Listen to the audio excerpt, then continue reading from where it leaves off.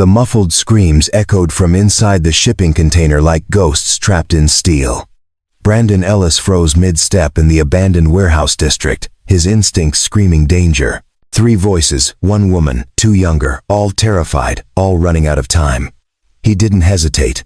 Within seconds, the former special ops veteran was moving toward the sound, toward a kidnapping that would shatter his quiet life forever. Welcome to a story where one mechanic's split-second decision saves 3 lives and ignites a war he never saw coming. Stick around to discover how far a single father will go when protecting a billionaire CEO and her twin daughters becomes his most dangerous mission yet. Drop a comment below telling us which state you're watching from. I love seeing how these stories reach people across the country. This is a tale of courage, sacrifice, and what happens when ordinary people refuse to look away from evil. Before we jump back in, tell us where you're tuning in from, and if this story touches you, make sure you're subscribed because tomorrow I've saved something extra special for you. The wrench slipped from Brandon Ellis's oil-stained hand and clattered against the concrete floor of his garage workshop. The sound echoed through Ellis Automotive like a gunshot, but it wasn't the dropped tool that made his blood run cold. It was the muffled screaming coming from somewhere in the industrial district behind his shop.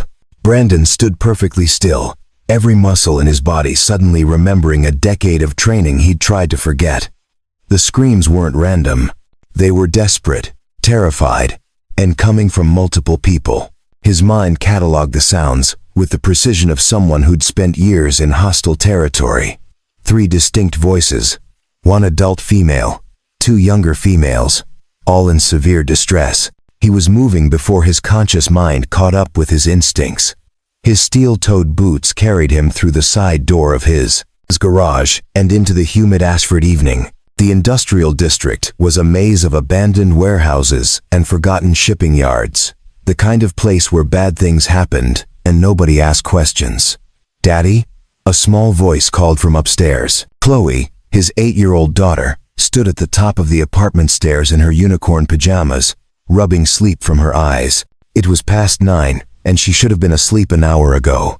"Stay inside, sweetheart," Brandon said, his voice steady despite the adrenaline flooding his system.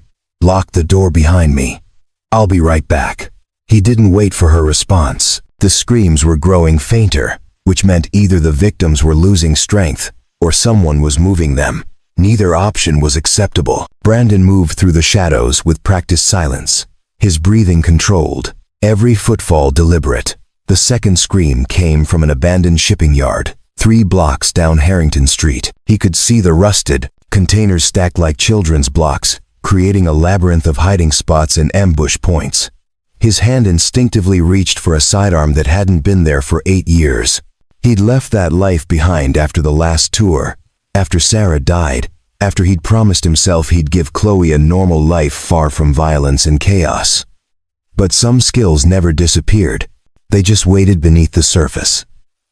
The shipping yard materialized ahead. Broken security lights created pools of darkness, perfect for concealment. Brandon's practiced eyes swept the area, noting 2 black SUVs parked near a container marked with red spray paint. Professional operation. Not street-level criminals. Then he heard it clearly. A woman's voice, muffled but defiant. "You're making a mistake. My company will find me. People are looking." A man's harsh laugh cut through the night. "Nobody knows where you are, Miss White. And by the time they figure it out, you'll have signed everything over." Brandon crept closer, using the containers as cover. Through a gap between 2 units, he could see them. 4 men in tactical gear surrounding a shipping container with its door cracked open. Inside, he caught glimpses of 3 figures. A woman in a torn business suit and 2 young girls who looked identical. Maybe 10 or 11 years old, both with the same terrified expression. One of the men was setting up what looked like recording equipment. Another held a stack of papers. This wasn't just a kidnapping. This was corporate extortion, and the victims were running out of time. Brandon counted the attackers again. 4 visible, possibly more in the vehicles. Bad odds, but he'd faced worse in places whose names he tried not to remember. The difference was that back then, he'd had a team, weapons, and air support. Now he had surprise and a decade of suppressed combat instincts screaming at him to act. He moved like smoke given purpose, circling to approach from the blind side of the container. The men were focused on their victims, confident in their isolation, their security. That confidence would be their downfall. The first man never saw Brandon coming. A precise strike to the nerve cluster behind his ear dropped him silently. Brandon caught the falling body, lowered it gently, and liberated the man's radio and zip ties. "Harris, you copy?" A voice crackled over the radio. Brandon keyed the mic, keeping his voice low and muffled. "Copy. Perimeter secure. Good. Boss wants this wrapped up in 10. Get the woman to sign. Then we move to location 2. Brandon's jaw tightened. Location 2 meant these people had a plan, a timeline, and probably backup.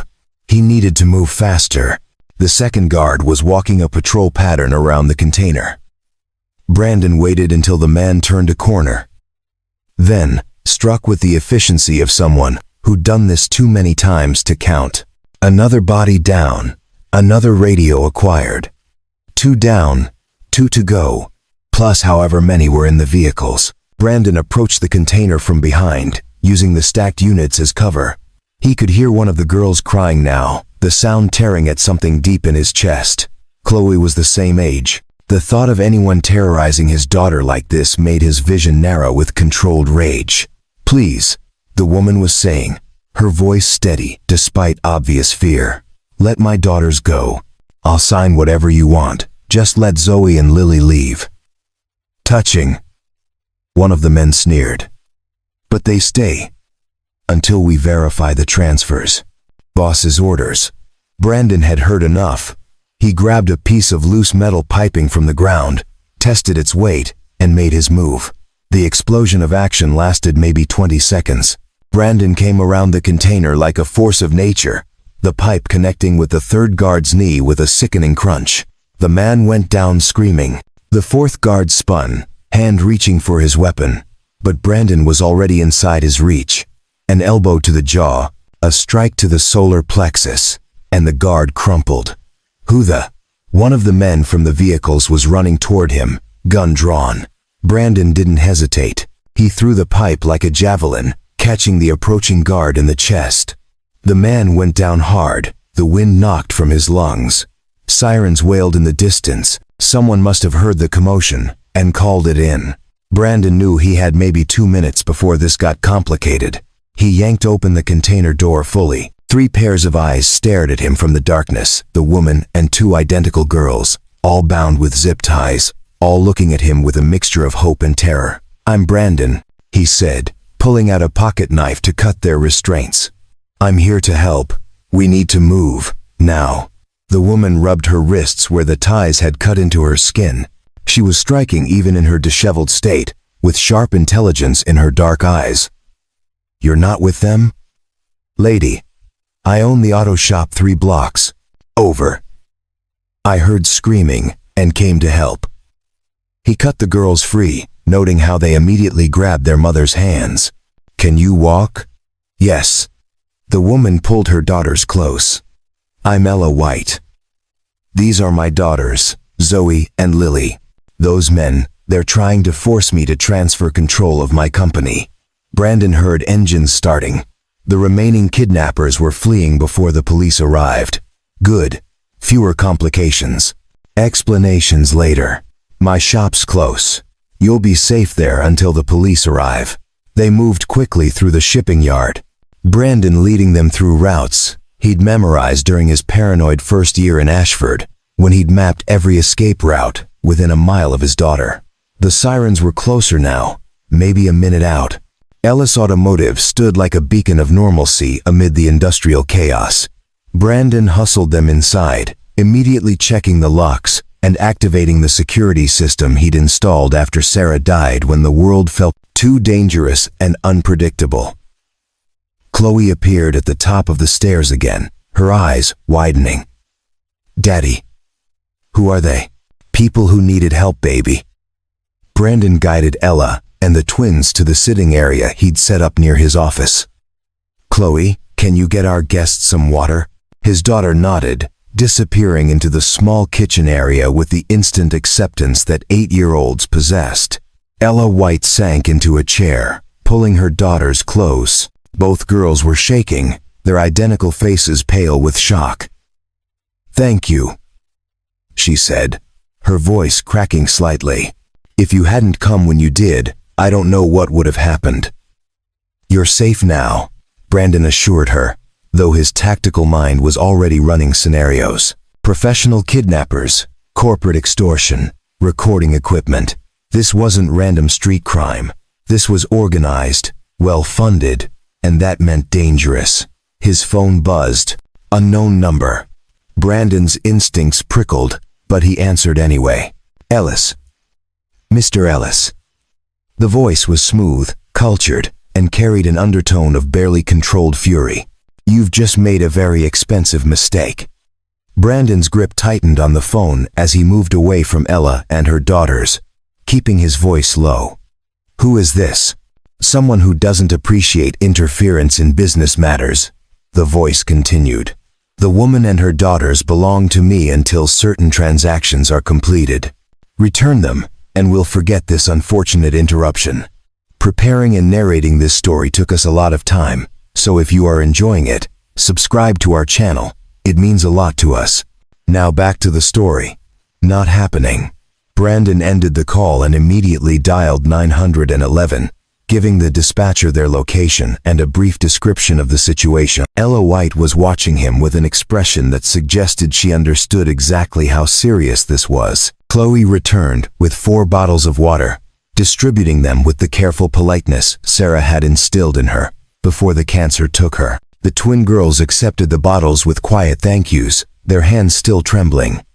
"The police are on their way," Brandon said, kneeling to be at eye level with the twins. "You're safe here, I promise." One of the girls, Zoe if he remembered correctly, looked at him with eyes too knowing for someone her age. "The bad men said they'd come back if Mama didn't sign the papers. Will they really come back?" Before Brandon could answer, Ella spoke up.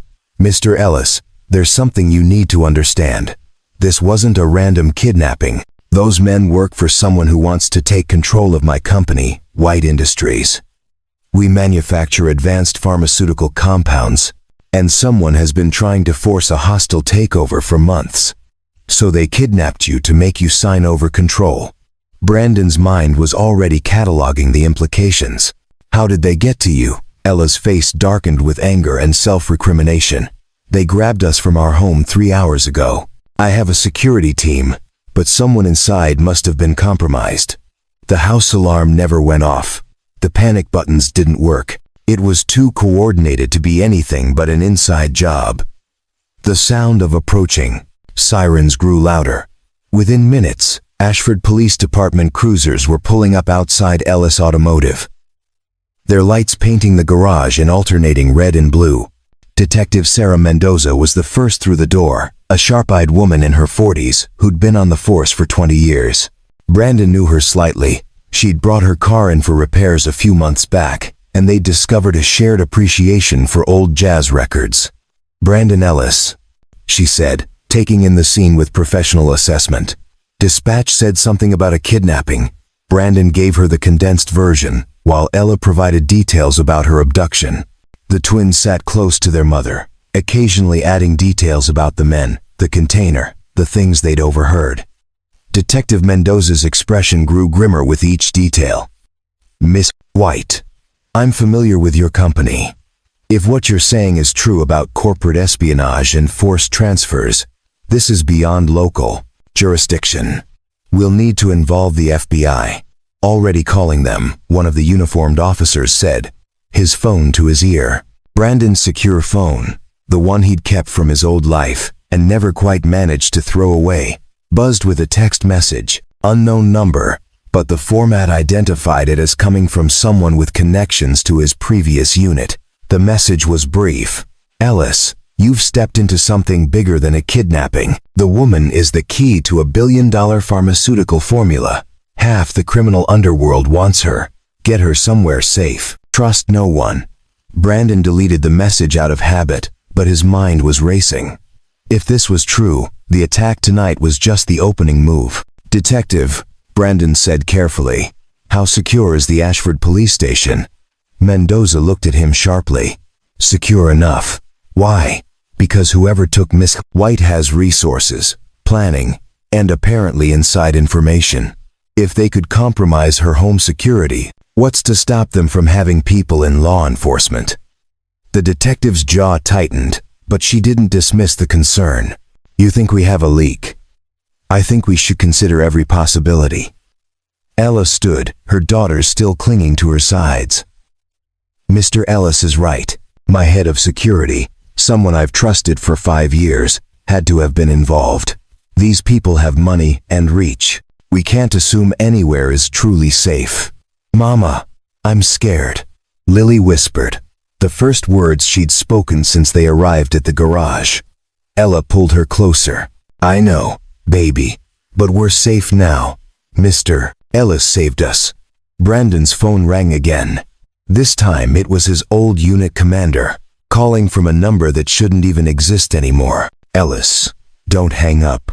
Colonel James Reeves said without preamble. I know you're out. I know you want to stay out. But the woman you just saved, she's connected to something that's bringing out every bad actor from here to Moscow. FBI's compromised. Local PD might be too. You need to get her and those girls somewhere secure until we can establish a clean chain of custody. Colonel, I'm not in that life anymore. I know. But right now, you're the only person in that room I'm certain isn't on someone's payroll. 24 hours. Ellis. Just keep them alive for 24 hours while we clean house on our end. The call ended before Brandon could argue further. Detective Mendoza was watching him with narrowed eyes. Who was that? Brandon made a decision that went against every protocol he'd been trained to follow. Someone who thinks your department might be compromised. Someone who thinks Miss White and her daughters aren't safe in police custody. The detective's hand moved instinctively toward her service weapon, then stopped. That's a serious accusation. It's a serious situation. Brandon looked at Ella, then at her daughters, then at Chloe, who was watching everything with wide, frightened eyes. Miss White, how much do you trust the FBI right now? Ella's expression hardened. My company has been under investigation for supposed patent violations for the past year. An investigation that coincidentally started right when someone began making acquisition offers. I trust them about as far as I can throw them. Then we have a problem, Brandon said. Because in about 5 minutes, federal agents are going to arrive and take you into protective custody, and we have no way of knowing if they're legitimate or part of whoever orchestrated your kidnapping. As if summoned by his words, black SUVs pulled up outside the garage. 4 men in FBI windbreakers emerged, their movements too synchronized, too military for standard federal agents. Detective Mendoza's hand definitely went to her weapon this time. Something's not right. FBI doesn't move this fast, and they certainly don't send tactical teams for witness protection. The lead agent, a square-jawed man with cold eyes, flashed credentials at the door. Special Agent Morrison, FBI, we're here to take Miss White and her daughters into federal custody. Brandon positioned himself between the agents and Ella's family, his body language casual but ready. Credentials, please. The real ones, not the ones you flash at local cops. Morrison's eyes hardened. Stand aside, Mr. Ellis. This is federal business. Then you won't mind Detective Mendoza verifying your credentials through official channels. Morrison's hand moved toward his jacket. It was a subtle movement, but Brandon caught it, the same tell he'd seen dozens of times in combat zones. This man wasn't reaching for identification. He was reaching for a weapon. Mendoza, get them out of here. Back door. Now. The detective didn't question him. She grabbed Ella and the girls, hustling them toward the rear exit, while Brandon faced down the 4 fake agents. That was a mistake, Mr. Ellis, Morrison said, his hand now openly holding a suppressed pistol.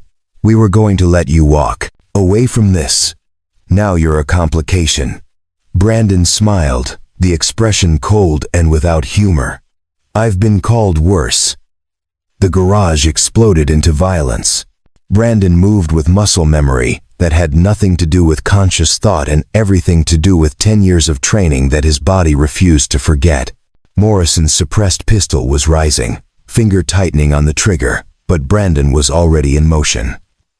He grabbed a tire iron from the nearby workbench and hurled it at the overhead fluorescent lights. Glass exploded in a shower of sparks, plunging the garage into darkness, broken only by the security lights from outside. In the chaos, Brandon dropped low and rolled behind a car lift. 3 suppressed shots punched through the space where he'd been standing, the distinctive pooft, pooft of professional killers who knew their weapons. "Spread out," Morrison barked. "Find the woman and the girls. Ellis is expendable." Brandon's jaw tightened. They just made their first critical error, dismissing him as a civilian mechanic, rather than someone who'd spent a decade hunting people far more dangerous than them. He moved through his garage like a ghost, using every shadow, every piece of equipment he'd positioned with exactly this kind of scenario in mind. 8 years of paranoid preparation were about to pay dividends. The first fake agent moved past Brandon's position, weapon sweeping for targets. Brandon struck from behind, a precise nerve strike that dropped the man instantly. He caught the falling body, lowered it silently, and claimed the man's weapon and radio. "Alpha down," he whispered into the radio, mimicking the man's voice. "Target fleeing west through back alley." "Copy," Morrison responded. "Bravo and Charlie. Intercept. Delta. Stay on Ellis." Brandon smiled in the darkness. 3 men now chasing shadows while one remained. Better odds. He moved toward the rear of the garage, where Mendoza had taken Ella and the girls. The detective had gotten them into the alley, but Brandon could hear footsteps converging from multiple directions. Morrison's team had backup waiting, more professional kidnappers masquerading as federal agents.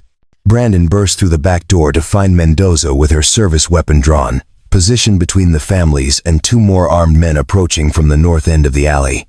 Ella had pulled her daughters behind a dumpster, her body shielding them. "Police, drop your weapons," Mendoza shouted, her voice carrying the authority of 2 decades on the force. The men didn't drop their weapons. They raised them. Brandon fired twice, precise shots that hit their gun hands rather than center mass. The men screamed, their weapons clattering to the ground. Mendoza spun, her own weapon now trained on Brandon for a split second before recognition kicked in. "Ellis, what the?" "Not FBI," Brandon said tersely. "Professional contractors. Probably the same team that took Miss White in the first place." More footsteps, more voices. The net was closing. "My car's 2 blocks over," Mendoza said, making an instant decision that could cost her career, but might save lives. "Unmarked sedan. We get to it. We can make it to the sheriff's station in Cooper County. Jurisdiction outside Ashford, less chance of corruption." They moved as a group, Brandon taking point while Mendoza covered their rear. Ella half carried her daughters, both girls struggling to keep up but too terrified to complain. Chloe ran beside them, her small hand gripping Brandon's jacket. "Daddy, what's happening?" "Bad people, baby. But we're going to be okay." They reached Mendoza's car, a nondescript gray sedan that looked like 1,000 others in Ashford. Everyone piled in, Brandon taking the passenger seat while Ella and the 3 young ones crammed into the back. Mendoza floored it, tires squealing as they pulled away from the curb. In the rearview mirror, Brandon could see Morrison and his remaining men emerging from the alley, weapons drawn, but unable to fire in a residential area without causing a scene. "What just happened back there?" Mendoza demanded. Weaving through Ashford's late-night traffic. "Who were those people?" "Contractors," Brandon said, checking the weapon he'd claimed. "Professional kidnappers working for someone with serious resources.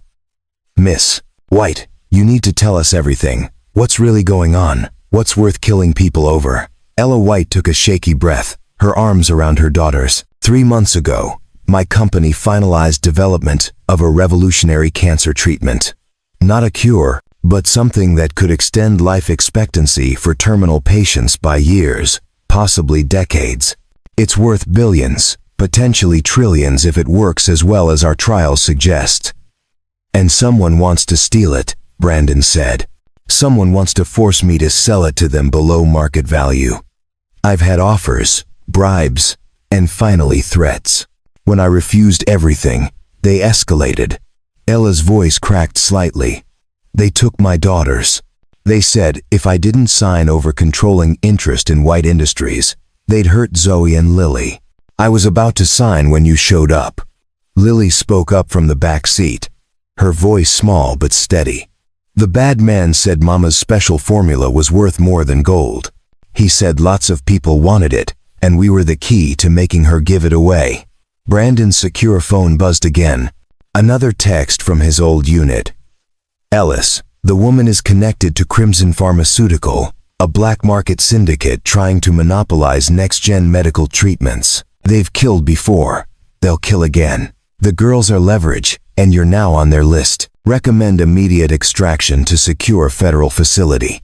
He showed the message to Ella, whose face went pale. Crimson Pharmaceutical. I've heard rumors about them. They supposedly control about 40% of the illegal pharmaceutical market worldwide. If they're behind this, then the people who took you tonight were just the first team. Brandon finished. They'll send more, better equipped, better trained, and now they know you have help. Mendoza's knuckles were white on the steering wheel. This is beyond anything Ashford PD can handle. We need real federal protection, not the fake kind. Colonel Reeves can arrange that, Brandon said, pulling up his secure contacts. But it'll take time, maybe 24 hours to establish a clean chain of custody and verify that everyone involved is legitimate. 24 hours, Ella repeated, looking at her terrified daughters. Can you keep us alive that long? Brandon thought about Chloe, sitting in the back seat next to these 2 girls she'd just met. All 3 of them too young to understand the full scope of the danger they were in. He thought about Sarah, his late wife, who'd made him promise to always do the right thing even when it was hard, especially when it was hard. Yes, he said simply. I have a place, off the grid, defensible, stocked for emergencies. We hole up there while Colonel Reeves cleans house on his end. You've been preparing for something like this? Mendoza asked, shooting him a sharp look. I've been preparing for the world to end, detective. This is actually less complicated than most of my scenarios. They drove in silence for several minutes before Zoe spoke up. Mr. Ellis, why are you helping us? You don't even know us. Brandon turned to look at the girl, seeing the intelligence and fear warring in her expression. Because when I heard you screaming, I could not help. It's that simple. He's a good man, Chloe said with absolute certainty. My daddy saves people. It's what he does. Ella met Brandon's eyes in the rearview mirror, and something passed between them, an understanding, a recognition of the commitment he just made. Thank you, she said quietly. For everything. Brandon's secure phone rang. Colonel Reeves again. Ellis, status report. We're mobile, heading to my safe location. Fake FBI tried to grab them. How compromised are we talking? Crimson has assets embedded in law enforcement, federal agencies, possibly even our own people. Trust only verified contacts. I'm sending you coordinates for a pickup location tomorrow at 1,800 hours. Can you keep them alive until then? Brandon looked at the 3 young ones in the back seat, at Mendoza's determined expression, at Ella White's mixture of fear and fierce protectiveness for her daughters. 24 hours. We'll be there. Good. And Ellis, the formula Miss White developed, isn't just valuable to criminals. Foreign governments want it too. You're not just protecting a family. You're protecting something that could shift global power dynamics. The call ended, leaving Brandon with the weight of that information. "Where exactly is this safe location?" Mendoza asked. 40 miles north. Property I bought 3 years ago under a false name. Single access road, natural defenses, and enough supplies to hold out for a week if necessary." "You really are paranoid," Mendoza observed. "Prepared," Brandon corrected. "There's a difference." As they left Ashford's city limits behind, heading into the rural darkness of northern counties, Brandon allowed himself a moment to consider what he'd just committed to. 24 hours protecting a billionaire CEO, her twin daughters, a detective who'd just thrown her career away to help them, and his own daughter caught in the crossfire. Somewhere behind them, Morrison and his team were regrouping, calling for backup, planning their next move. Somewhere ahead, Crimson Pharmaceutical was mobilizing resources to reclaim their prize. And somewhere in the middle, Brandon Ellis, mechanic and former special operations soldier, was about to discover that leaving the war behind was never as simple as changing your address and hanging up your uniform. The war, it seemed, had found him anyway. And this time, the stakes weren't abstract mission objectives or geopolitical considerations. This time, the stakes had names and faces and frightened eyes that looked to him for salvation. He checked his weapon, counted his ammunition, and began planning defensive strategies for the next 24 hours. It was going to be a long night. The safe house materialized from the darkness like something out of a survivalist's fever dream.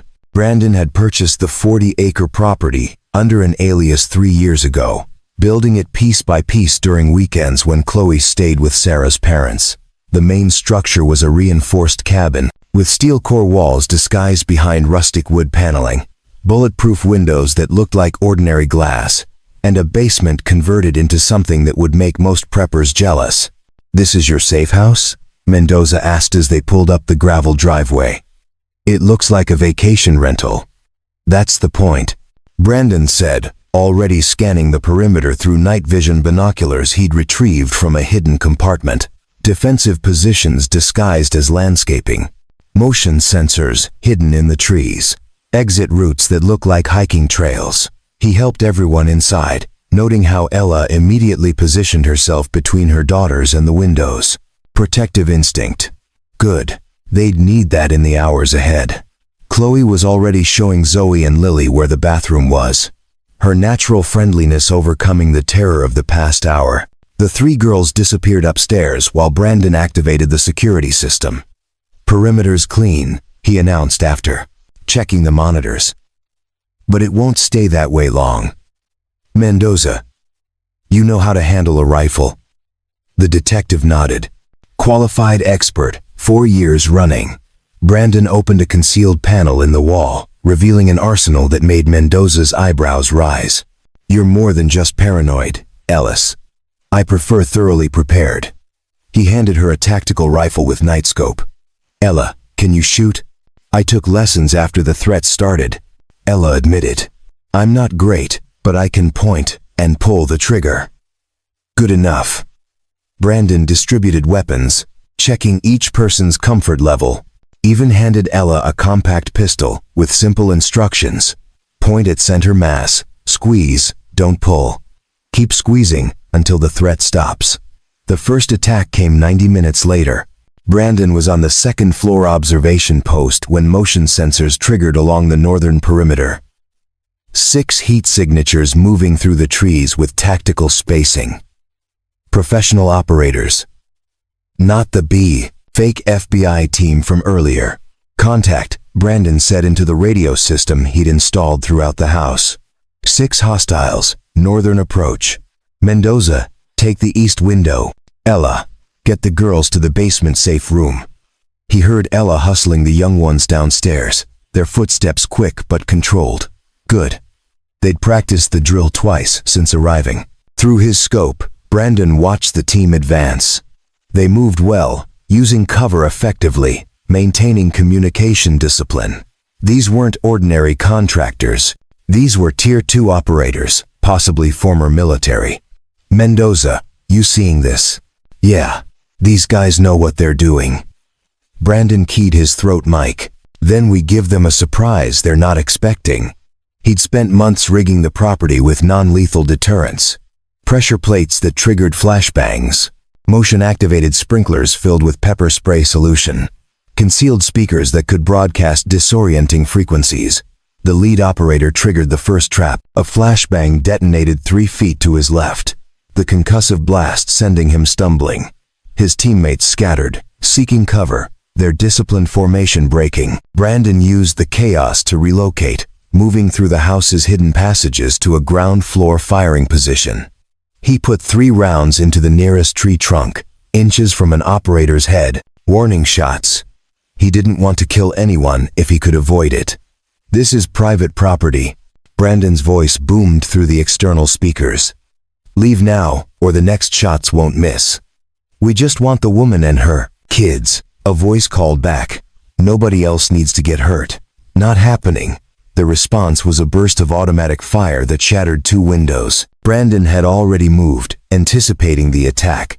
He triggered the pepper spray system, watching through monitors as 3 operators stumbled out of the chemical cloud, eyes streaming. Mendoza fired from her position, controlled 3 round bursts that kicked up dirt near the remaining operators.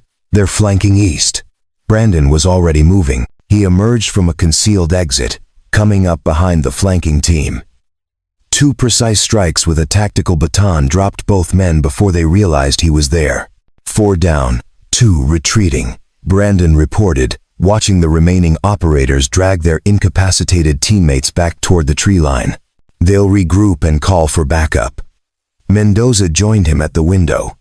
"How long until they come back?" "Hour. Maybe 2. Next time they'll bring more people and heavier weapons." Brandon checked his watch. 16 hours until the extraction point. "We need to be ready." In the basement, Ella held her daughters close, both girls trembling, but trying to be brave. Chloe sat with them, somehow managing to tell a story about a princess and a dragon that made the twins smile despite everything. Brandon watched his daughter comfort these frightened girls and felt something shift in his chest. This wasn't just about protecting innocent people anymore. This was about protecting his daughter's newfound friends. About giving Chloe the kind of world where kindness mattered more than violence. "They're coming back, aren't they?" Ella asked quietly. "Yes, but we'll be ready." The second wave hit at dawn, and this time they weren't taking chances. Brandon counted 12 operators, 3 approaching from each cardinal direction, and they'd brought serious hardware. "We can't hold here," Mendoza said, watching the thermal scans. "Not against that many with those weapons." Brandon was already implementing contingency plan Delta. "There's a fallback position. Old hunting cabin 2 miles east. Less defensible, but harder to find. We move now while they're still setting up." They evacuated through the underground tunnel Brandon had dug over the course of 6 months, emerging in a concealed exit half a mile from the main house. The tunnel had seemed excessive when he'd built it. Now it was saving their lives. The forest was thick with morning mist, providing natural concealment as they moved single file through terrain Brandon had memorized during countless solo hikes. Chloe stayed close to the twins, whispering encouragement when they stumbled over roots. "You're really good at this," Zoe said to Chloe during a brief rest stop. "Being brave, I mean. My daddy taught me," Chloe replied. "He says being brave doesn't mean you're not scared. It means you do the right thing even when you are scared." Brandon overheard the exchange and felt that familiar tightness in his throat. Sarah would have been proud of their daughter. The hunting cabin was exactly as he'd left it 6 months ago during his last supply run. Small, weathered, and completely off any official maps. He'd stocked it with enough food, water, and ammunition to last a week. "It's not much," Brandon admitted as they filed inside, "but it's invisible from satellite imagery and accessible only by foot." Ella looked around the sparse interior and smiled. "Mr. Ellis, after the night we've had, this looks like a 5-star hotel." While Mendoza set up a watch rotation, Brandon prepared a meal from the stored supplies. Nothing fancy, just MREs heated over a camping stove. But the girls ate like they hadn't seen food in days. "Tell us about yourself, Mr. Ellis."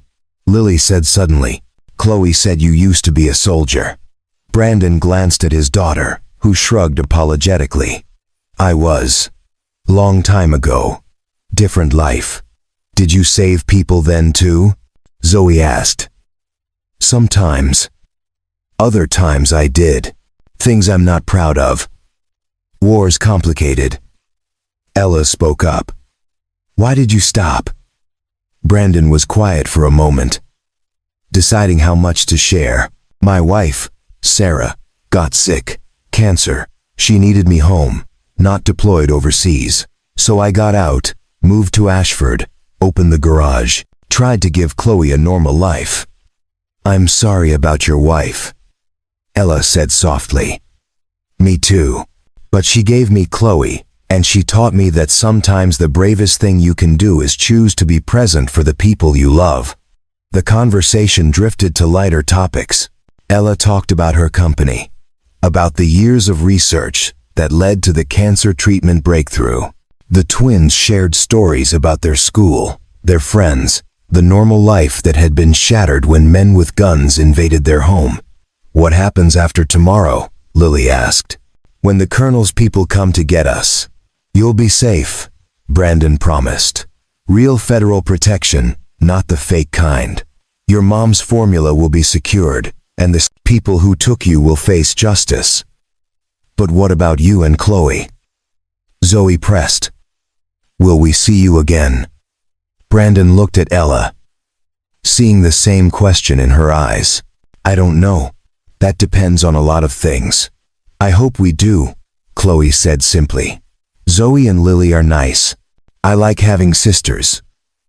The word hung in the air, heavy with implications and possibilities. As night fell, they took turns keeping watch while others slept. Brandon found himself on the porch with Ella during the midnight rotation, both of them nursing cups of instant coffee and watching the forest for threats. You didn't have to do this, Ella said quietly. You could have called the police and walked away. I have a daughter. If someone took her, I'd want someone to help. It's that simple. It's not simple at all. Ella turned to face him. You've risked everything, your safety, your daughter's safety, for people you don't even know. I know you now. I know Zoe and Lily. That makes you worth protecting. Ella was quiet. For a long moment. When this is over, when we're safe, I'd like to repay you somehow. You don't owe me anything. I owe you everything. You gave me back my daughters, my life, my future. She paused. Maybe you gave us all a future. Before Brandon could respond, his radio crackled. Mendoza's urgent voice. Movement, southeast perimeter. Multiple contacts. They'd been found. The attack came with the pre-dawn darkness, when human alertness was at its lowest and mistakes were most common. Brandon had anticipated this timing, had planned for it, but the sheer number of operators surrounding the cabin still made his tactical mind race through increasingly desperate scenarios. 20 contacts. Mendoza reported from her observation post, in the cabin's small attic. Full tactical gear. Suppressed weapons. Night vision.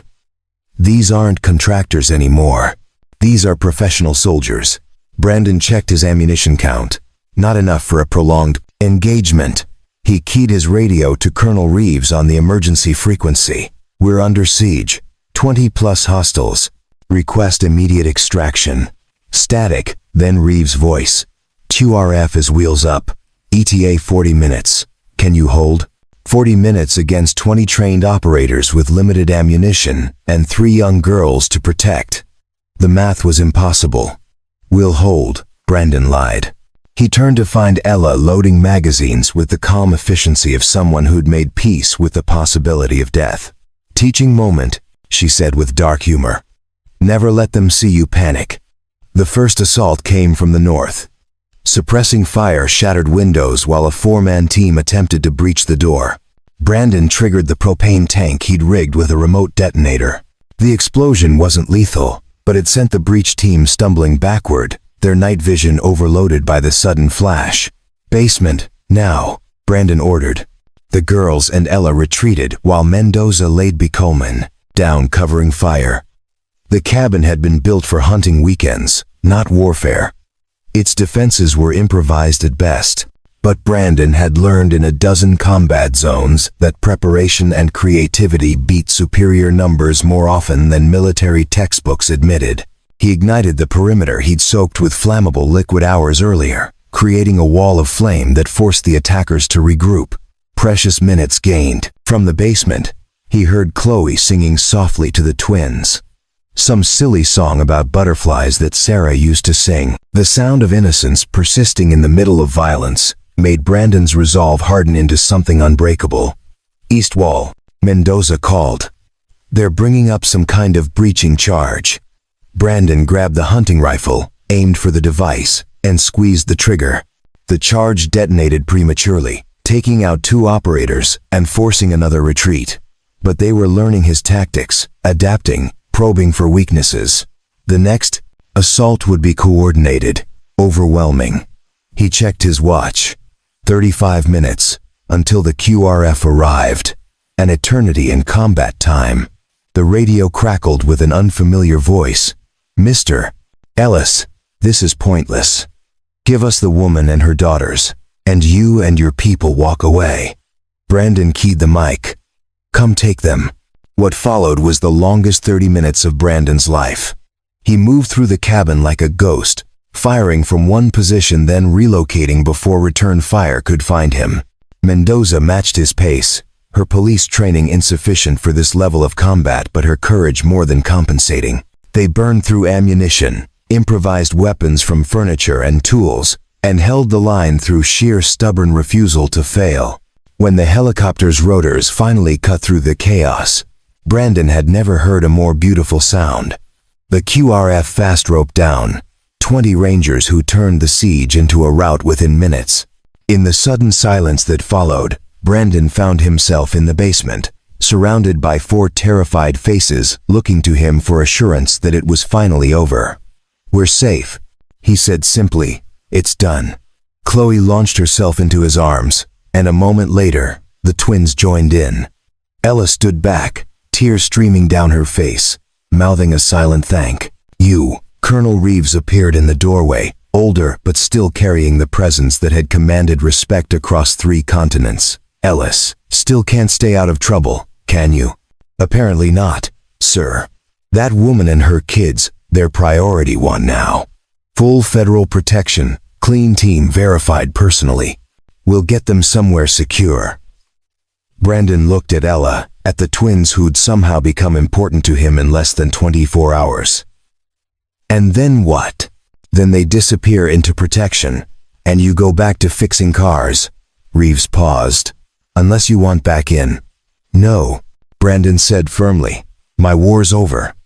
But looking at Chloe holding hands with Zoe and Lily, he wondered if that was entirely true.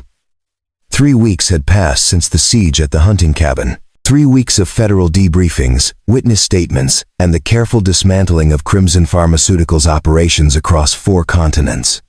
Brandon had testified before a grand jury, watched as corrupt agents were arrested, and seen Morrison and his team face federal charges that would keep them imprisoned for decades. The safe house, where they'd placed Ella and the twins, was a converted estate in rural Connecticut, complete with armed guards, biometric security, and enough surveillance equipment to monitor a small city. It should have been the end of the story. Should have been the point where Brandon returned to Ashford and his quiet life of fixing transmissions and raising his daughter in peace. Instead, he found himself driving to Connecticut every weekend with Chloe, who'd insisted she needed to see her sisters, despite the 4-hour drive each way. Ella had welcomed the visits, and slowly, cautiously, something had begun to develop between Brandon and the brilliant CEO who'd survived an ordeal that would have broken most people. "Daddy, do you like Miss Ella?" Chloe asked during one of their drives, her 8-year-old directness catching Brandon off guard. "She's a good person," Brandon said carefully. "She's been through a lot." "That's not what I asked." Chloe looked at him with Sarah's knowing eyes. "Do you like her the way you liked Mommy?" Brandon gripped the steering wheel, choosing his words carefully. Your mother was special, Chloe. Nobody could ever replace her. I know that. But Mommy wouldn't want you to be alone forever. She told me before she got really sick. She said you have too much love in your heart to keep it locked away. The conversation died as they pulled up to the safe house, but Brandon couldn't stop thinking about it, about Ella's quick smile when he arrived, about how naturally their conversations flowed, about the way she looked at him like he was something more than just the man who'd saved her life. The visit started normally enough. The girls disappeared to play in the estate's converted game room, while Ella and Brandon sat in the garden, discussing everything from philosophy to the best way to make pasta sauce. It was comfortable, easy, the kind of connection Brandon hadn't felt since Sarah's death. Then Agent Marcus Hawthorne arrived, unannounced and unwelcome. Hawthorne was FBI, one of the clean agents Reeves had vetted personally, but his presence triggered every tactical instinct Brandon possessed. Federal agents didn't make social calls to safe houses. Miss White, Hawthorne said, his expression grave. We have a problem. Ella's face went pale. What kind of problem? The Congressional Committee investigating Crimson Pharmaceutical wants to subpoena your research. They claim that your cancer treatment represents a national security interest and should be subject to federal oversight. That's insane, Ella said, standing abruptly. My research is private. My company developed it with private funding. I understand, but Senator Patricia Westbrook is chairing the committee, and she has ties to several pharmaceutical companies that would benefit from either acquiring or suppressing your treatment. Brandon felt rage building in his chest. So, this is what? Legal extortion? They couldn't kidnap her, so now they're using Congress? Hawthorne's expression suggested he agreed but couldn't say so officially. Miss White, you're being summoned to testify in 5 days. If you refuse, they'll hold you in contempt. If you comply, they'll pick apart every aspect of your research looking for violations, real or manufactured. Can they actually seize my work? Ella's voice was steady, but Brandon saw her hands trembling. With the right legal justification, yes. National security provisions give them broad authority. After Hawthorne left, Ella stood at the window overlooking the estate's grounds, watching her daughters play. Brandon moved beside her, close but not touching, offering silent support. I survived kidnapping and assassination attempts, Ella said quietly. I thought that was the worst they could do. But this? Using the law as a weapon? How do you fight that? You fight it by being smarter than them, Brandon said. By going public before they can control the narrative. Ella turned to look at him. What do you mean? They want your research secret so they can either steal it or bury it. What if you published everything? Made it open source? Suddenly, there's no secret to steal, no monopoly to maintain. I'd lose billions. My company's entire value is based on that patent. Money or lives, Ella, which matters more? She was quiet for a long moment, then something like determination hardened her features. You're right. I'll hold a press conference. Tomorrow, I'll announce that I'm releasing the research publicly and donating the manufacturing rights to a non-profit foundation. Westbrook will come after you hard. Let her try. I have the truth, and after everything I've survived, a senator doesn't scare me. The press conference the next day was held at a Boston hotel, carefully coordinated by Hawthorne and his clean team. Ella stood before dozens of cameras and reporters, looking every bit the billionaire CEO, despite the ordeal she'd endured. 3 weeks ago, my daughters and I were kidnapped by criminals who wanted to steal my company's research, she began, her voice clear and unwavering. Men with guns invaded our home, terrorized my family, and tried to force me to sign over work that could save millions of lives. They failed, thanks to the courage of a man named Brandon Ellis, who heard us screaming and refused to look away. Brandon stood in the back of the room, uncomfortable with the attention, but unable to deny the pride. He felt watching Ella take control of her narrative. Today, I'm announcing that White Industries will be releasing our cancer treatment research into the public domain. No patents, no exclusivity, no corporate monopolies. Any qualified laboratory anywhere in the world can now manufacture this treatment. Because saving lives is more important than protecting profits. The room erupted with questions, but Ella held up her hand. I'm also announcing that I will not be complying with Senator Westbrook's subpoena. My research is now public. There's nothing left to seize, nothing left to suppress. And I challenge the senator to explain to the American people why she's more interested in protecting pharmaceutical company profits than in saving lives. It was a declaration of war, delivered with the precision of a surgical strike. Senator Westbrook's response came within hours. A televised statement claiming Ella was reckless, that open sourcing advanced medical research posed security risks, that congressional oversight was necessary to protect public health, but the public wasn't buying it. Social media exploded with support for Ella. Medical organizations praised her decision. Overnight, she became a symbol of corporate responsibility versus government corruption. Brandon watched it all unfold from the safe house, where security had been doubled despite the reduced threat. Chloe sat with the twins, all three girls glued to a tablet watching news coverage that mentioned their families. "Is my mom a hero now?" Zoe asked. "Your mom's always been a hero," Brandon said. "Now everyone else just knows it too." That evening, after the girls were asleep, Brandon found Ella on the terrace, staring at the stars. She looked exhausted but victorious, like a general after a hard-won battle. "Thank you," she said as he approached, "for everything, for saving us, protecting us, and giving me the courage to fight back the right way. You gave yourself that courage. I just reminded you it was there." Ella turned to face him, and in the moonlight, Brandon saw something in her expression that made his heart race. "Brandon, these past 3 weeks, getting to know you, watching how you are with Chloe and my girls, I've been thinking about something." "What's that?" "About what happens next. When this is all over, and the threats are gone, and life returns to normal." She paused, gathering courage. "I don't want to go back to the way things were. Before, I mean. I want something different, something better." Brandon understood what she wasn't quite saying. He felt it too, this connection that had formed in crisis and deepened in its aftermath. "Ella, I have an 8-year-old daughter and an auto repair shop in a small town. You're a billionaire CEO with a company to run and a public profile. Our worlds don't exactly align."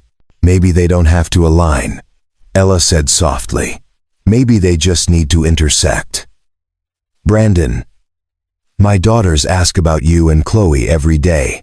They want to know when you're visiting again, when they can come to Ashford, when we can all be together.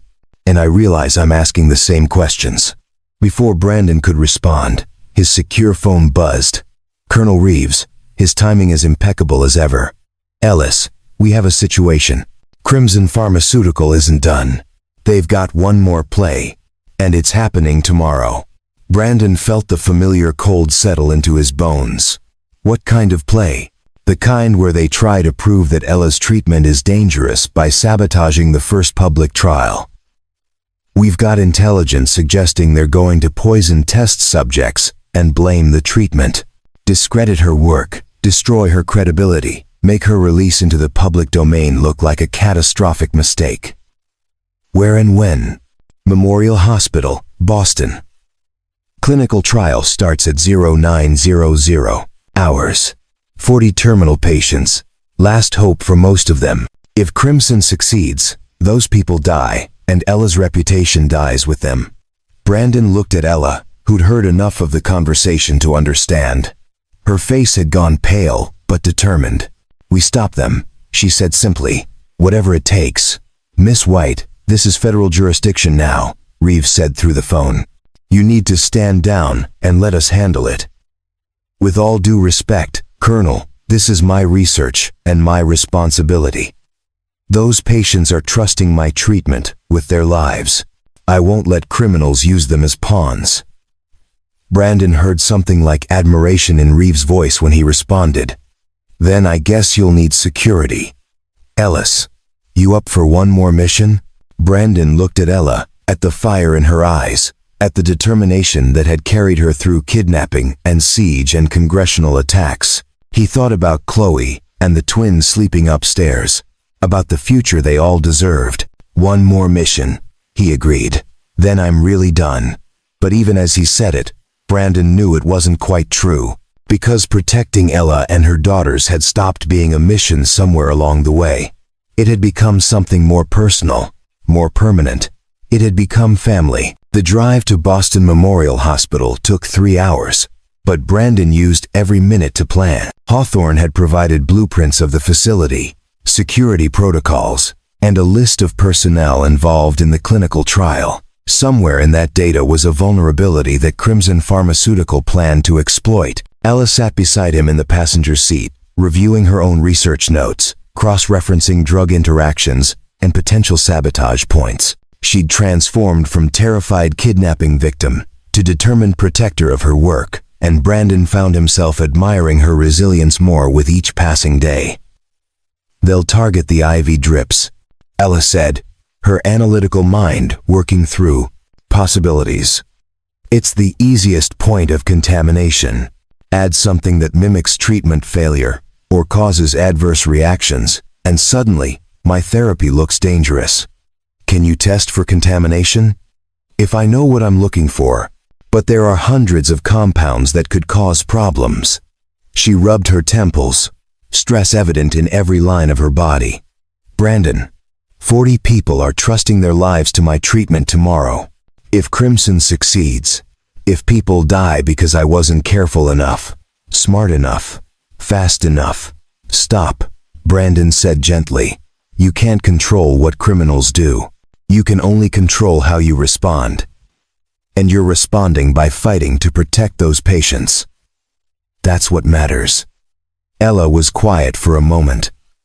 How do you do that? Stay so calm when everything's falling apart?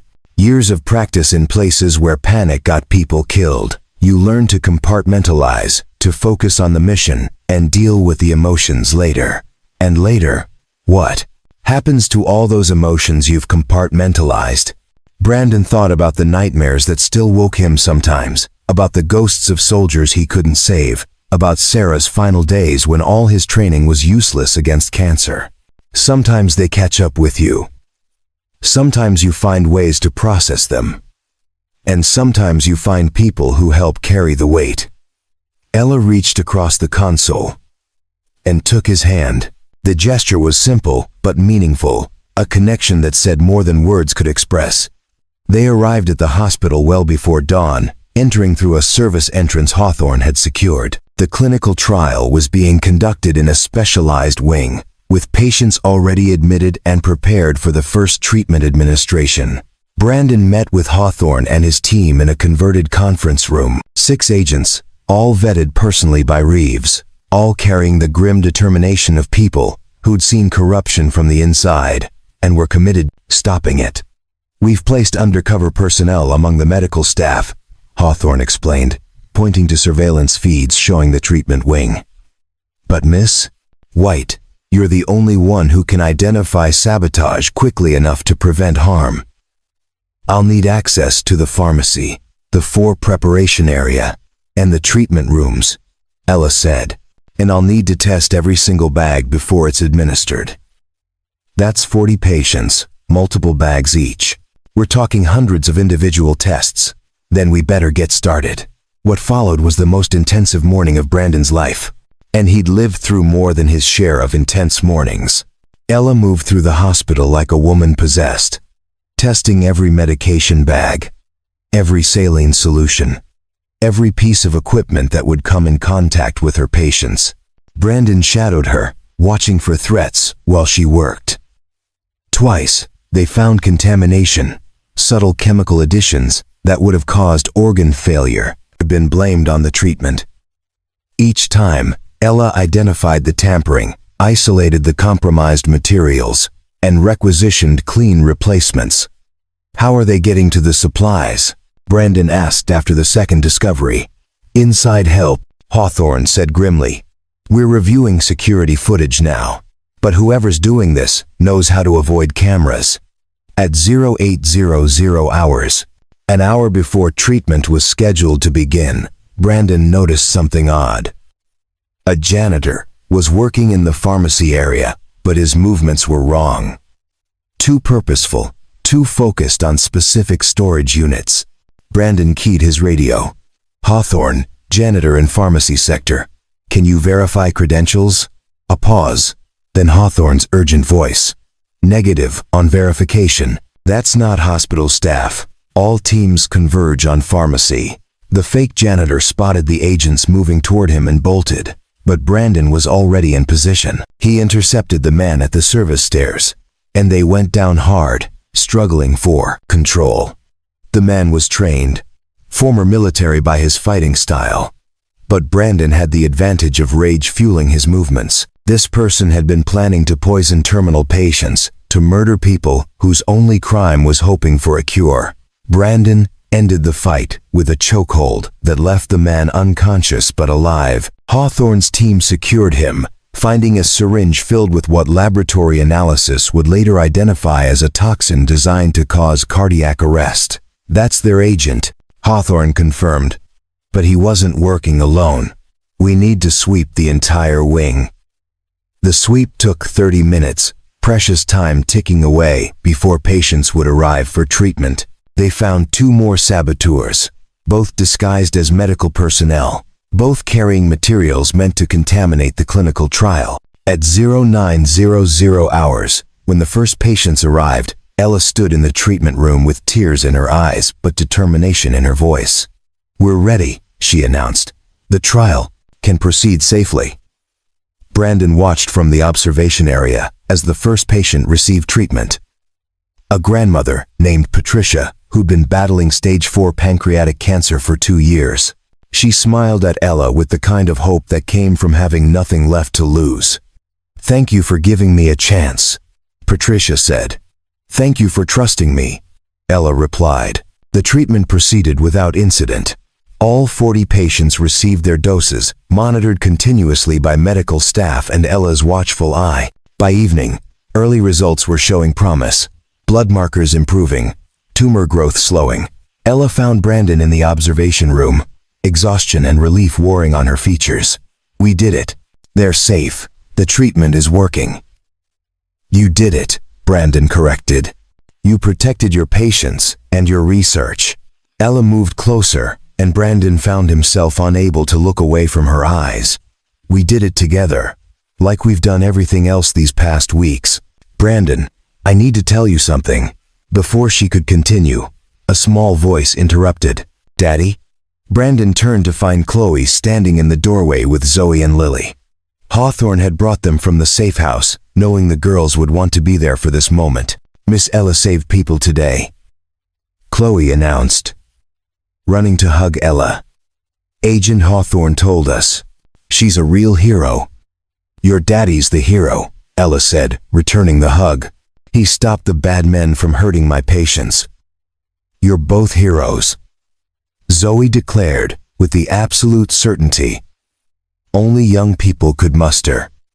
And we think you should get married. The statement hung in the air while both adults tried to process what had just been said. Lily nodded enthusiastically. Then we could be real sisters with Chloe. Not just friends, but actual family. Brandon looked at Ella, seeing his own surprise mirrored in her expression. Girls, that's not how it works. Adults don't just get married because their daughters want them to. Ella finished, a smile playing at her lips. No, but maybe adults get married because they've found something rare and precious in each other. Because they've been through fire together and come out stronger. Because they look at their future and can't imagine it without the other person. Brandon's heart was racing. Ella, are you saying? I'm saying I'm falling in love with you, Brandon Ellis. I'm saying that when I think about where I want to be a year from now, 5 years from now, it's wherever you and Chloe are. I'm saying that my daughters have already decided you're their family, and I think I have too. The 3 girls were watching with barely contained excitement, waiting for Brandon's response. He thought about Sarah, about the promise he'd made to keep loving and living even after she was gone. He thought about the weeks with Ella, the easy conversations and shared danger and growing connection. He thought about Chloe's happiness when she was with the twins, about the family they'd accidentally created through crisis and choice. "I love you too," Brandon said, the words feeling both terrifying and absolutely right. "I didn't plan this, didn't expect it. But somewhere between rescuing you and protecting you and getting to know you, I fell completely in love with you." Ella closed the distance between them, and when they kissed, 3 young girls erupted in cheers that echoed through the hospital wing. "Does this mean we're sisters now?" Zoe asked hopefully. "It means," Brandon said, kneeling to include all 3 girls in the conversation, "that we're a family. Maybe not traditional, maybe a little complicated, but ours." Chloe threw her arms around him. "Mommy would be happy, Daddy. She'd like Miss Ella, and she'd love having more granddaughters." The simple truth of his daughter's words made Brandon's eyes sting with tears. Sarah would have loved this, would have welcomed Ella and the twins into their family with open arms.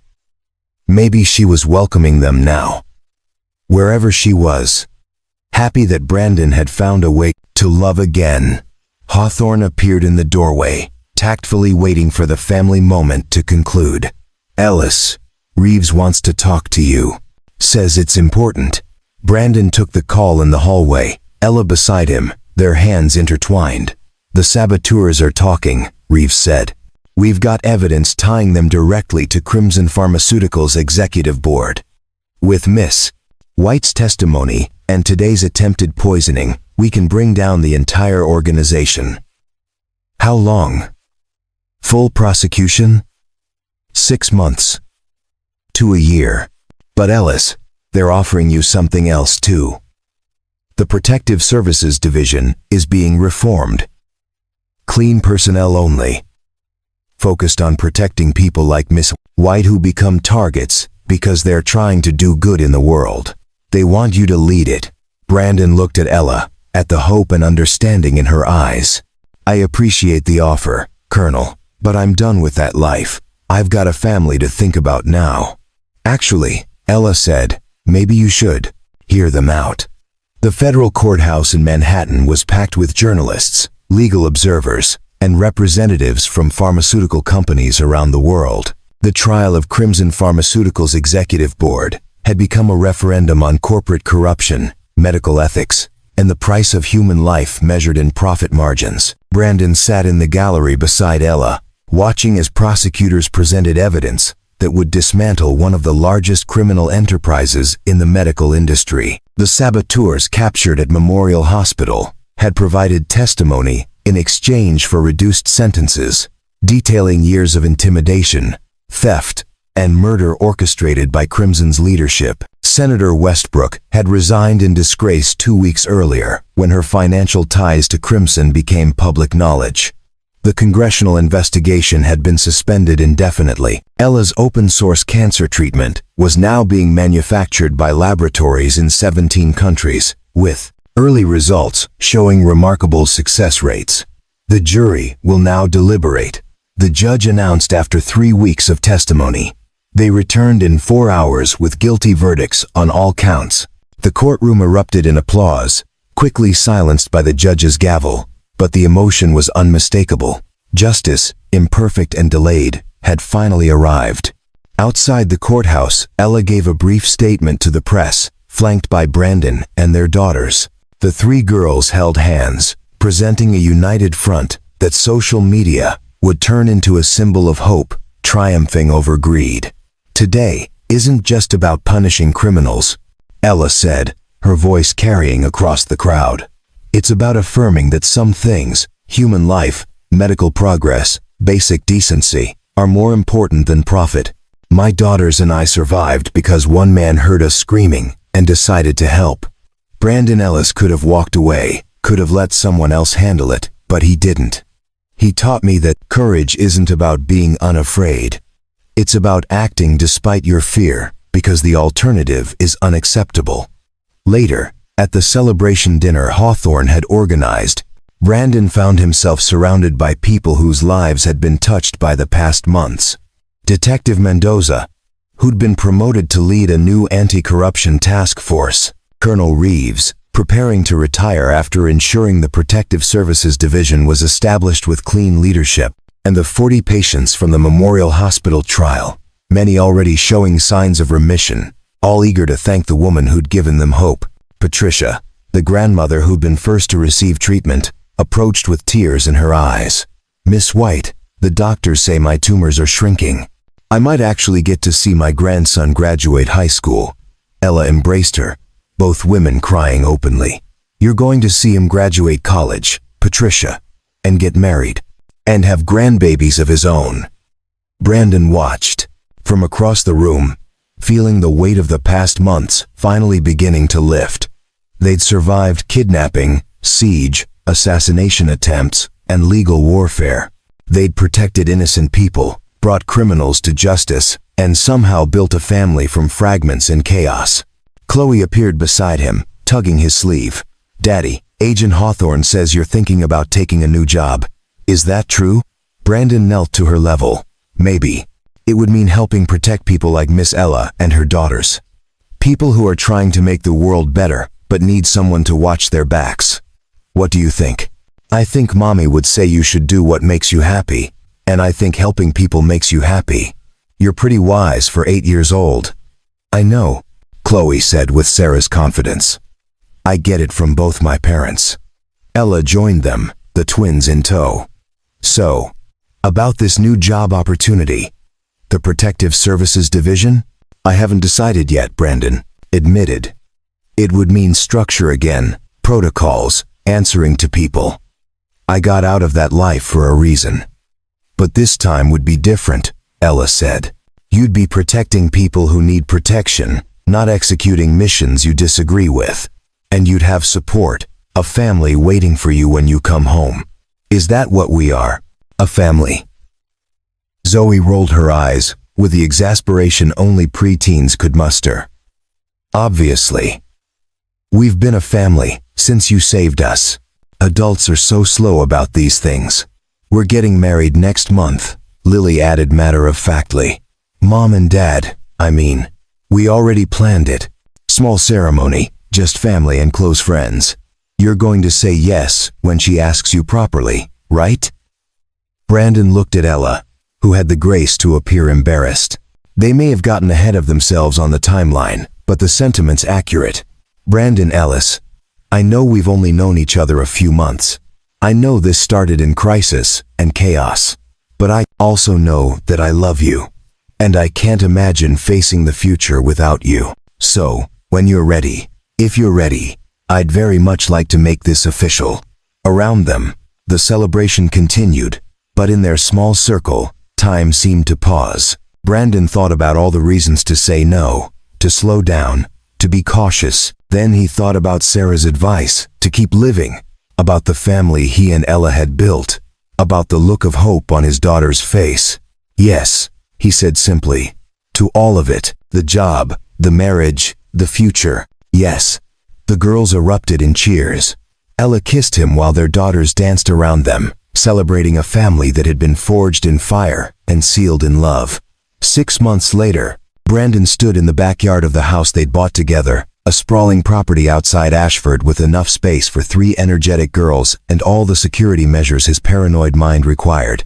He was setting up for Chloe's 9th birthday party, watching as she and the twins decorated with streamers and balloons. Ella emerged from the house carrying a cake, her engagement ring catching the afternoon sunlight. They'd married in a small ceremony 3 months ago, surrounded by the strange extended family they'd accumulated.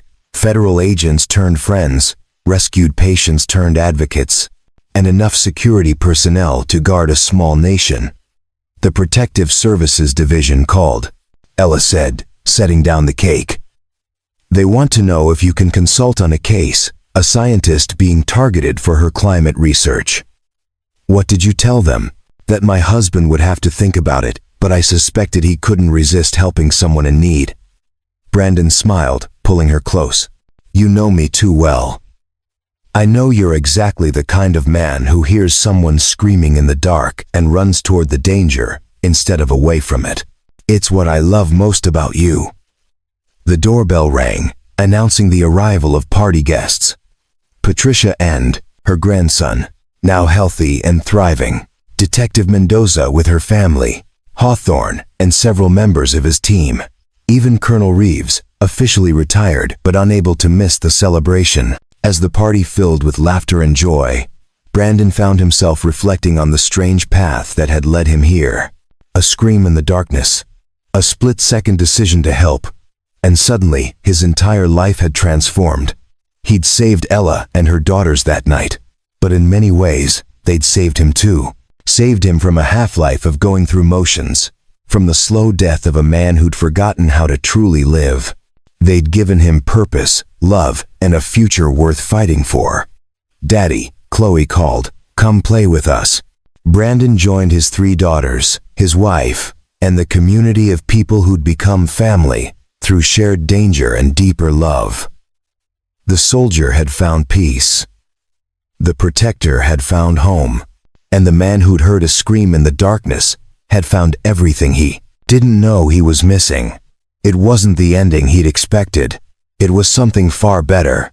It was a beginning. 2 years had passed since the night Brandon Ellis heard 3 voices screaming in a shipping container, and life had settled into something that resembled normalcy, though their version of normal would never look quite like everyone else's. The morning started the way most mornings did in the Ellis household, with controlled chaos. Chloe, now 10 years old, was helping Zoe and Lily pack their school bags while debating the scientific accuracy of a movie they'd watched the night before. Ella stood at the kitchen counter, preparing lunches with the efficient precision of someone who'd learned to balance running a pharmaceutical empire with managing 3 energetic daughters. Brandon finished his coffee while reviewing security protocols on his tablet.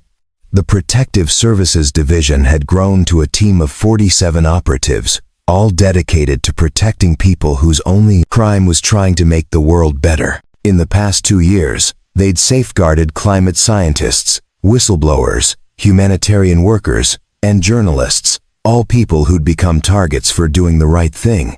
"Dad, can we talk about the science fair project?" Lily asked, appearing at his elbow with a notebook covered in chemical formulas. "I want to demonstrate how Mom's cancer treatment works at the molecular level, but Mrs. Henderson says it might be too advanced for 6th grade.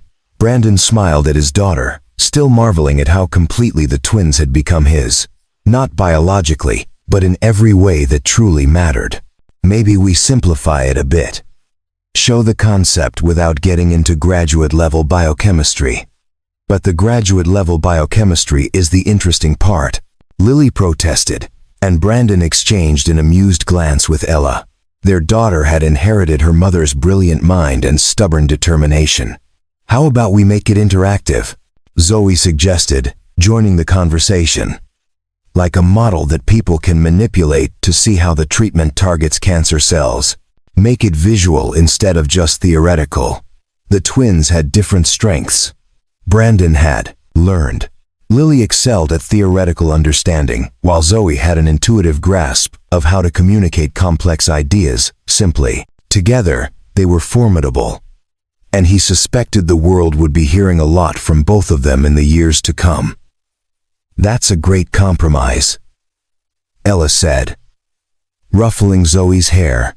"Visual demonstration that shows the science without requiring a PhD to understand it." Chloe looked up from her tablet, where she'd been researching something for her own project. "Dad, there's an article here about Crimson Pharmaceutical. It says some of their former executives are getting early release for good behavior. Does that mean they could come after us again?" The question hung in the air, a reminder that their past wasn't completely buried. Brandon set down his coffee and moved to sit beside his daughter, making sure all 3 girls could see his face. "Here's the truth," he said, choosing honesty over false comfort. "There will always be people who want things they shouldn't have. Power, money, control over others. Some of those people might remember us, might hold grudges, but you know what? We're prepared. We're smart. We're careful. And we're together. That makes us stronger than any threat. Plus, Dad's basically a superhero," Zoe added with the confidence of someone who'd watched her father take down armed kidnappers. "And Mom's a genius. And we're learning self-defense and situational awareness and all the things that keep us safe." It was true. Brandon had been teaching the girls age-appropriate protection skills since the trial ended. Nothing aggressive, just awareness, confidence, and basic defensive techniques. Ella had insisted they balance it with art classes, music lessons, and normal activities. The result was 3 remarkably capable young people who could discuss quantum physics and throw a proper punch in equal measure. "The world has dangerous people in it," Ella said, joining the conversation. "But it also has good people. People like your father, who hear someone in trouble and help instead of looking away. People like Detective Mendoza, Colonel Reeves, and Agent Hawthorne, who risk their careers to do what's right. And people like you 3, the next generation who'll make better choices than we did." The school bus arrived, prompting the usual scramble for forgotten homework and last-minute hugs. Brandon walked the girls to the door, performing the security check that had become second nature, scanning the street, noting the positions of his security team disguised as neighbors, confirming that everything was as it should be. "Love you, Dad," the 3 voices called in chorus as they headed down the driveway. "Love you all," Brandon called back, watching until they were safely on the bus. Ella moved beside him, slipping her hand into his. "You're doing that thing where you analyze every possible threat within a 100-yard radius." "Old habits," Brandon admitted. "Though I notice you're doing the dashin'." "That, same thing." "We're quite a pair, aren't we? The paranoid protector and the security-conscious CEO." They moved back inside, and Brandon pulled Ella close, breathing in the familiar scent of her shampoo. 2 years of marriage, and he still found himself grateful every morning that she'd chosen him, chosen this life, chosen to build something beautiful from the fragments of trauma. "I got an interesting call yesterday," Ella said.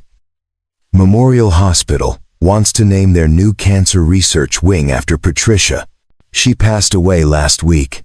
Brandon felt the familiar grief that came with losing someone they'd fought to save. "I thought she was doing well." She was. Lived 2 years longer than anyone expected. Got to see her grandson graduate and get engaged. She died peacefully, surrounded by family, because our treatment gave her that time. Ella's voice was thick with emotion. "Her daughter called to thank us. Said those extra 2 years were the greatest gift anyone could have given them." It was moments like this that reminded Brandon why he'd taken the job with Protective Services, why he continued to put himself in danger to shield others. Because time mattered, because families mattered, because sometimes the greatest victory wasn't preventing death but giving people the chance to live fully before it came. His secure phone buzzed with a message from Hawthorne. "New case. Potential threat against a human rights attorney in Seattle. Team briefing at 1,400 hours. You have to go," Ella said, reading his expression. "Not immediately. Briefings this afternoon. I have time." They spent the morning doing mundane things that felt precious, because they understood how easily they could be taken away. Brandon worked on the car he was restoring, a classic muscle car that reminded him of his father. Ella reviewed research proposals from her company's new open-source initiative. They had lunch together on the porch, talking about everything and nothing. Comfortable in the sea. Silence between words. "Do you ever regret it?" Ella asked suddenly. "The life we have now, the security measures, the constant vigilance, the fact that our daughters have to know about threat assessments and emergency protocols." Brandon considered the question carefully. "I regret that the world requires vigilance, but I don't regret our family or the choices that brought us here. Do you?" "Not for a second," Ella said firmly. "Yes, our life is complicated. Yes, we have to be more careful than most families.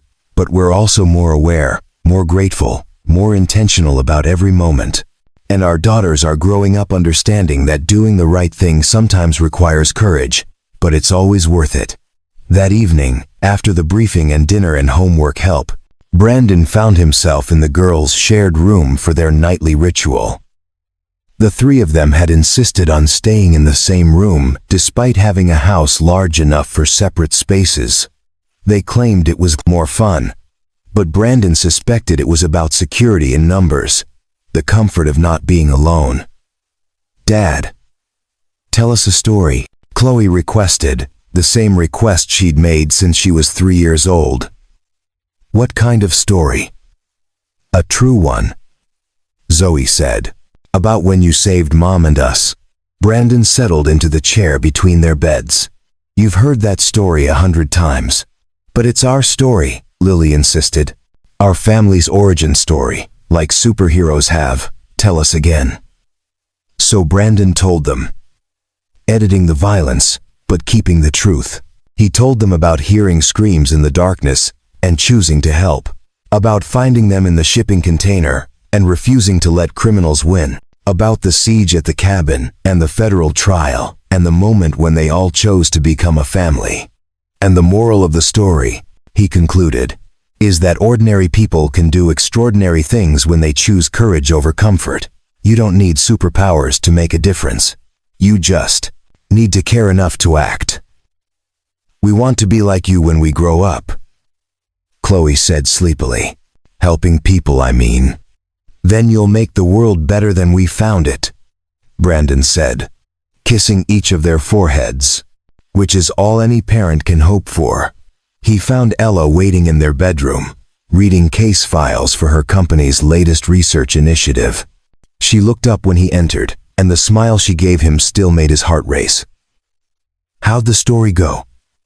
"Same as always. They never get tired of hearing it." "Because it's true," Ella said, setting aside her work. "And because it reminds them that good things can come from terrible situations, that families can be built from choice and courage instead of just biology." Brandon climbed into bed beside his wife, grateful for the ordinary miracle of their life.